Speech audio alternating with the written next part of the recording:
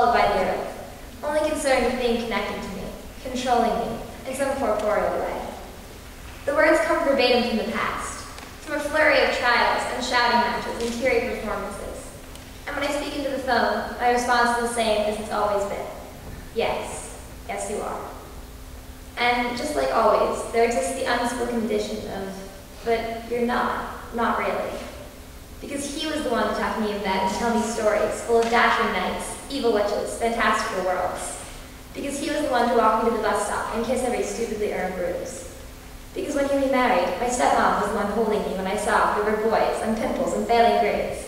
Because she was the one who stayed home when I was sick and bought me gifts for every trip and insisted on a card for my 16th birthday, even though we all knew they couldn't afford it. Because she's the one waiting down in the living room, saying, "It's okay, honey, whatever you decide, it's okay, it's okay, it's okay," like a lullaby. Because the woman on the other end of this line may share my genes, but she is not my family. Goodbye, I whisper. The phone slides into its cradle with a barely audible click. Then I tumble down the stairs to wish my mother a good night. On a theme. Belief in my abilities. Best international manic adventure. Budding innovation manifests always. Be inside my awesomeness. Be inspiring, make ambiguity. Believe in my abstractions. Banana icing, macaroni, artichoke. Brilliant, interesting masterminds assemble. Becoming inspired, leading amazement.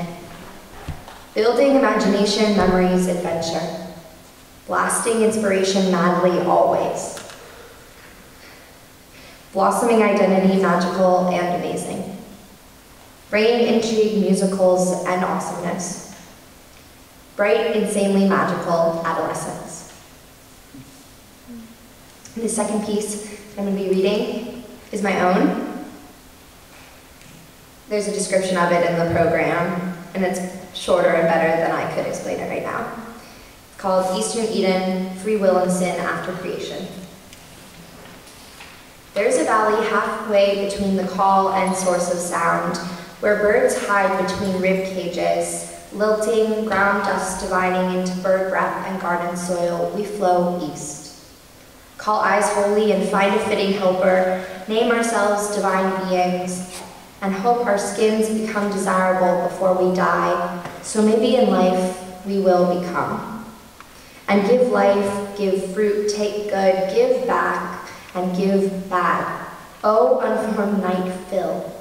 Fiery Eden is a horizon, long stretched over your skin. Return flesh to my beast-made father.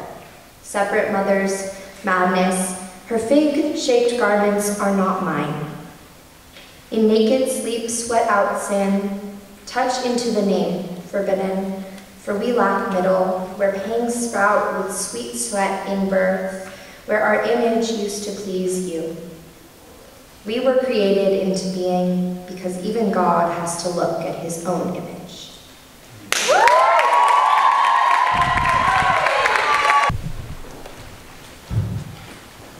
This is the place unseen by eye, where pennies sustain the currency of the bypasser turned provider. This is the cold dawn without birdsong, and he was made different to his country.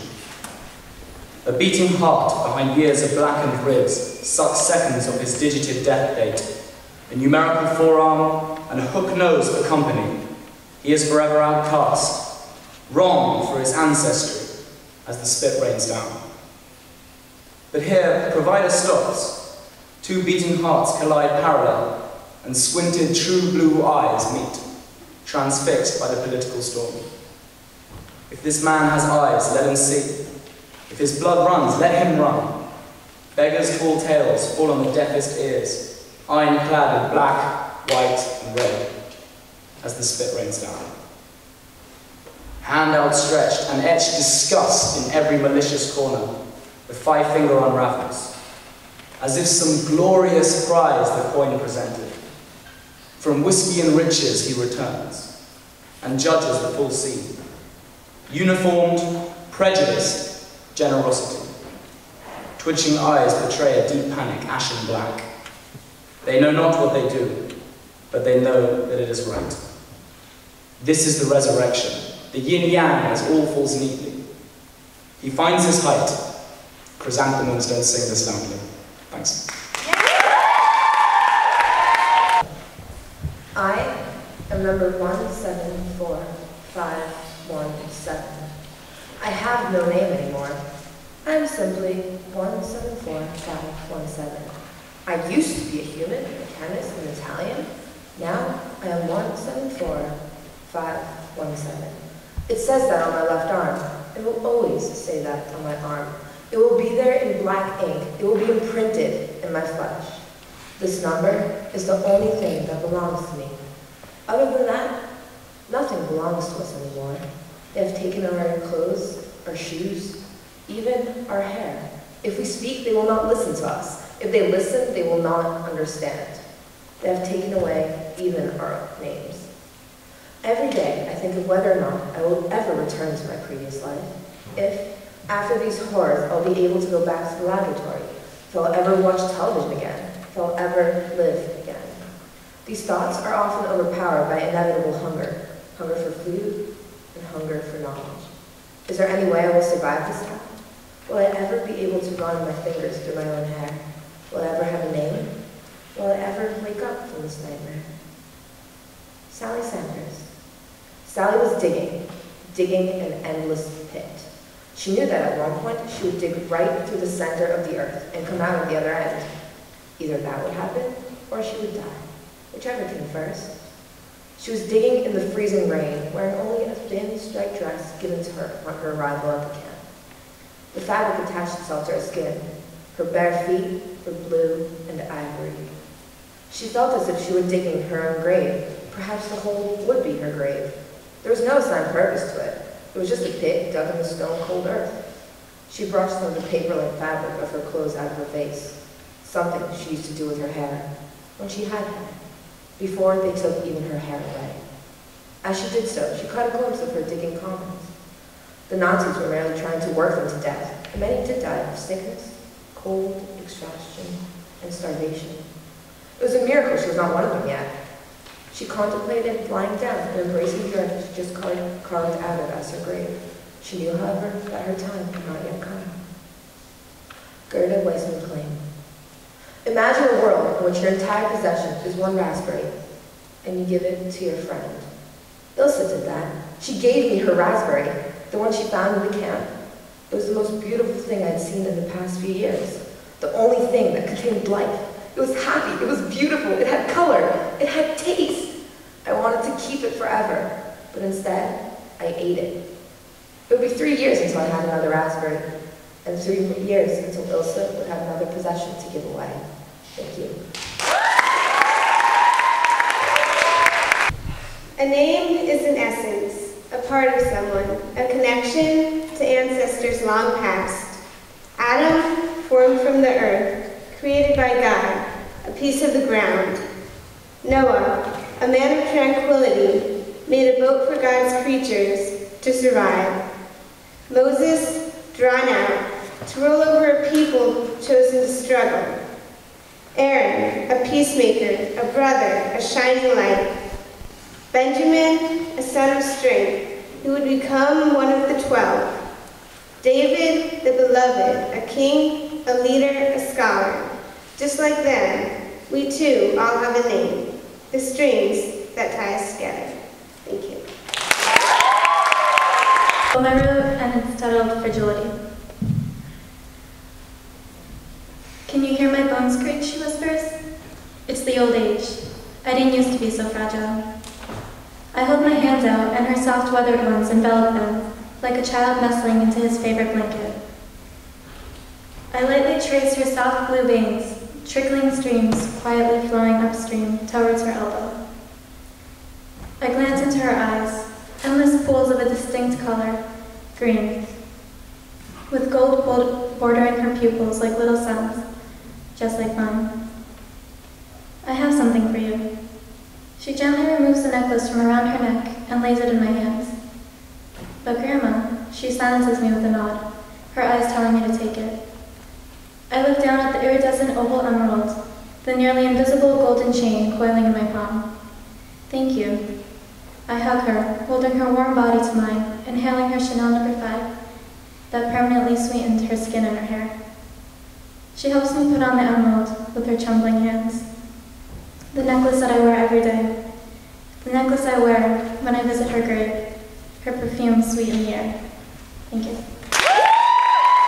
When Goliath was born, he was as normal as any baby. However, he grew very quickly. By the time he turned 4, he was the same size as an average 12-year-old. At his 10th birthday, he was often mistaken for a man twice his age. Because of these physical differences, the other boys were reluctant to play with him. He could easily best all of them when it came to physical games and competitions, and his fits of rage over the injustices of being different were legendary. Goliath tried to spend his time with the older boys, but there was no changing the fact that mentally he was still much younger than them. One man saw Goliath and his potential. As a 10-year-old, there was no way he was done growing, so he was sure to be at least 7 feet tall. And he was really strong. The man, who was the commander in the army, approached Goliath and offered to train him. Goliath happily agreed and arrived early to their meeting place the next day. While he was waiting, he saw a group of soldiers training. One of the soldiers, mistaking his age, challenged him. The soldier was far more knowledgeable than Goliath, who still managed to win with brute strength alone. Not bad, said the commander, walking up. Not good either. I beat him. I pounded him into the dirt. What if you one day meet someone of equal strength to yourself, who also knows what they're doing? Goliath had no answer at first. Then awkwardly, he asked the commander to teach him everything he needed to know. So the training started that day and continued every day for the next 9 years. Goliath had stopped growing just after his 19th birthday. He was about 9.5 feet tall. By this point, he was unbeatable and he knew it. His trainer warned him that he should not be overconfident because there would always be a better fighter somewhere. But Goliath didn't care. 10 years later, Goliath's winning streak was still unbroken. When the Philistine king needed a champion, Goliath was the obvious choice. The commander went up to his former student and warned him that the people who would be fighting were blessed, and not even a giant could win against a god. Goliath claimed that he was practically a god and that he could win against any odds. He walked away without saying goodbye to his mentor, the only one who had ever believed in him. One thing Goliath had never pictured when he agreed to be the Philistine champion was having to wait alone in a valley for 40 days. When his competitor finally showed up, Goliath laughed. He was a youth, dressed as a shepherd with only a staff, a sling, and a few stones. The boy proclaimed in a voice that echoed throughout the valley that his God would help him win. Goliath laughed as he pushed his mentor's warning to the back of his mind, and he taunted the boy and his God. However, Goliath quickly grew bored with this, so he rose to his feet and began to run down the length of the valley. To his shock, the boy began to run towards him as well. Goliath smirked when he saw the boy load a stone into his sling and fire it, as if that would hurt him. Pain, starting in Goliath's forehead and working its way out. It was unbearable. The stone had lodged itself into Goliath's brain. He fell to the ground, and as his brain began to shut down, he thought of his trainer, mentor, and friend. I'm sorry, ran through his mind just before he felt a sharp pain in his neck, then nothing.